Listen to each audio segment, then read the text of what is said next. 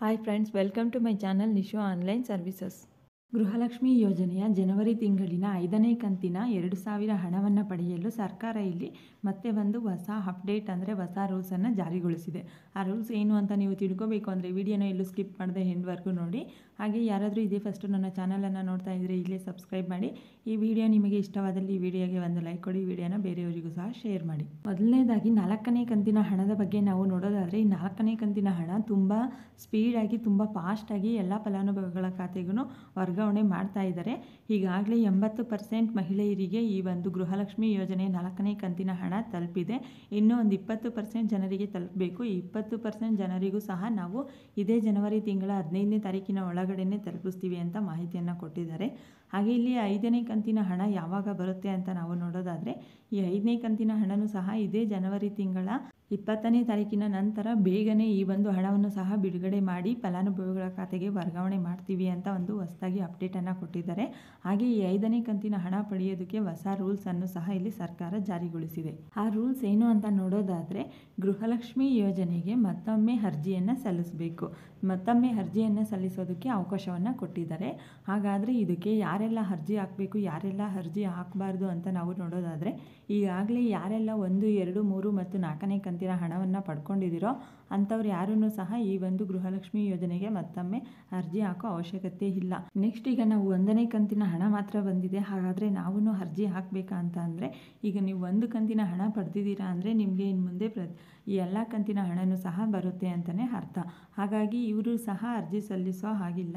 ಯಾರಿಗೆಲ್ಲ ಇನ್ನೂ 1 ಕಂತಿನ ಹಣನೂ ಬಂದಿಲ್ವೋ ಹಾಗೆ ನೀವು ಇಲ್ಲಿ ಸ್ಟೇಟಸನ್ನು ಚೆಕ್ ಮಾಡಿದ್ರೆ ಗೃಹಲಕ್ಷ್ಮಿ ಸ್ಟೇಟಸ್ಸು ನಾನು ಯಾವ ರೀತಿ ಚೆಕ್ ಮಾಡೋದು ಅಂತ ಈ ಹಿಂದೆ ವಿಡಿಯೋದಲ್ಲಿ ತಿಳಿಸಿದ್ದೀನಿ, ಎಂಡ್ ಸ್ಕ್ರೀನಲ್ಲಿ ಕೊಡ್ತೀನಿ.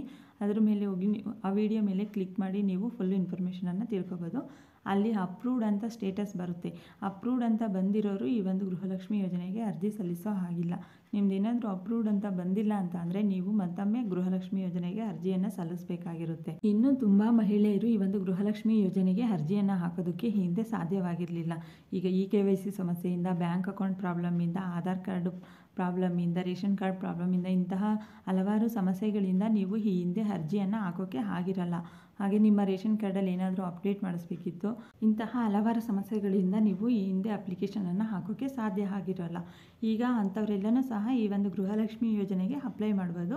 ಇದಕ್ಕೆ ಯಾವುದೇ ಒಂದು ಡೇಟನ್ನು ಫಿಕ್ಸ್ ಮಾಡಿಲ್ಲ, ಯಾವುದೇ ಒಂದು ಲಾಸ್ಟ್ ಡೇಟು ಸಹ ಇಲ್ಲ. ನೀವು ಯಾವಾಗ ಬೇಕಾದರೂ ಈ ಒಂದು ಗೃಹಲಕ್ಷ್ಮಿ ಯೋಜನೆಗೆ ಅರ್ಜಿಯನ್ನು ಹಾಕ್ಬೋದು ಅಂತ ಇಲ್ಲಿ ಸರ್ಕಾರದವರೇ ಮಾಹಿತಿಯನ್ನು ಕೊಟ್ಟಿದ್ದರು. ಆದರೆ ಇಲ್ಲಿ ಸರ್ವರ್ ಸಮಸ್ಯೆಯಿಂದ ಈಗ ಸ್ವಲ್ಪ ದಿನ ಈ ಒಂದು ಗೃಹಲಕ್ಷ್ಮಿ ಅಪ್ಲಿಕೇಶನನ್ನು ಸ್ಟಾಪ್ ಮಾಡಿದರು. ಈಗ ಮತ್ತೊಮ್ಮೆ ಸ್ಟಾರ್ಟ್ ಮಾಡಿದ್ದಾರೆ. ಈಗ ನೀವು ಸಹ ಹೋಗಿ ಗೃಹಲಕ್ಷ್ಮಿ ಯೋಜನೆಗೆ ಅಪ್ಲೈ ಮಾಡಿದ್ರೆ ನಿಮಗೆ ಈ ಒಂದು 5ನೇ ಕಂತಿನ ಹಣ ಅಥವಾ ನೆಕ್ಸ್ಟ್ 6ನೇ ಕಂತಿನ ಹಣದಿಂದ ನಿಮಗೆ ಪ್ರತಿ ತಿಂಗಳು ಹಣ ಬರುತ್ತೆ. ಹಾಗೆ ಈಗ ನೀವು ಅಪ್ಲೈ ಮಾಡಿದ್ರೆ ಈ ಹಿಂದಿನ ಕಂತಿನ ಹಣನೂ ಬರುತ್ತಾ ಅಂತ ನೋಡೋದಾದರೆ ಇದುವರೆಗೂ ಬಿಡುಗಡೆ ಆಗಿರುವಂತಹ 4 ಕಂತಿನ ಗೃಹಲಕ್ಷ್ಮಿ ಯೋಜನೆಯ ಹಣನೂ ನಿಮಗೆ ಬರೋದಿಲ್ಲ. ನೀವು ಯಾವಾಗಿಂದ ಅಪ್ಲಿಕೇಶನ್ ಹಾಕ್ತಿರೋ ಅದರ ನೆಕ್ಸ್ಟ್ ತಿಂಗಳಿಂದ ಮಾತ್ರ ನಿಮಗೆ ಹಣ ಬರುತ್ತೆ.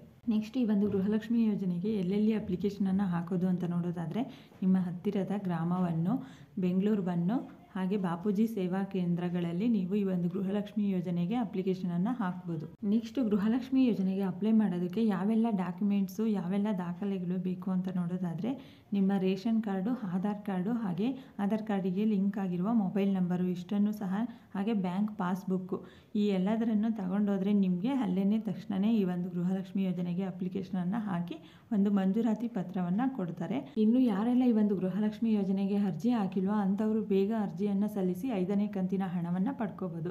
ಇದೇ ರೀತಿಯ ಇನ್ನೂ ಹೆಚ್ಚಿನ ಅಪ್ಡೇಟ್ಸ್ಗಳಿಗಾಗಿ ಈಗಲೇ ನನ್ನ ಚಾನಲನ್ನು ಸಬ್ಸ್ಕ್ರೈಬ್ ಮಾಡಿ, ಪಕ್ಕದಲ್ಲೇ ಇರೋ ಬೆಲ್ ಐಕನ್ ಮೇಲೆ ಕ್ಲಿಕ್ ಮಾಡಿ ಆಲ್ ಅನ್ನೋ ಆಪ್ಷನನ್ನು ಸೆಲೆಕ್ಟ್ ಮಾಡಿ. ಇದರಿಂದ ನಾನು ಹಾಕುವಂಥ ಪ್ರತಿಯೊಂದು ಅಪ್ಡೇಟ್ಸು ನಿಮಗೆ ನೋಟಿಫಿಕೇಷನ್ ಮೂಲಕ ತಲುಪುತ್ತೆ.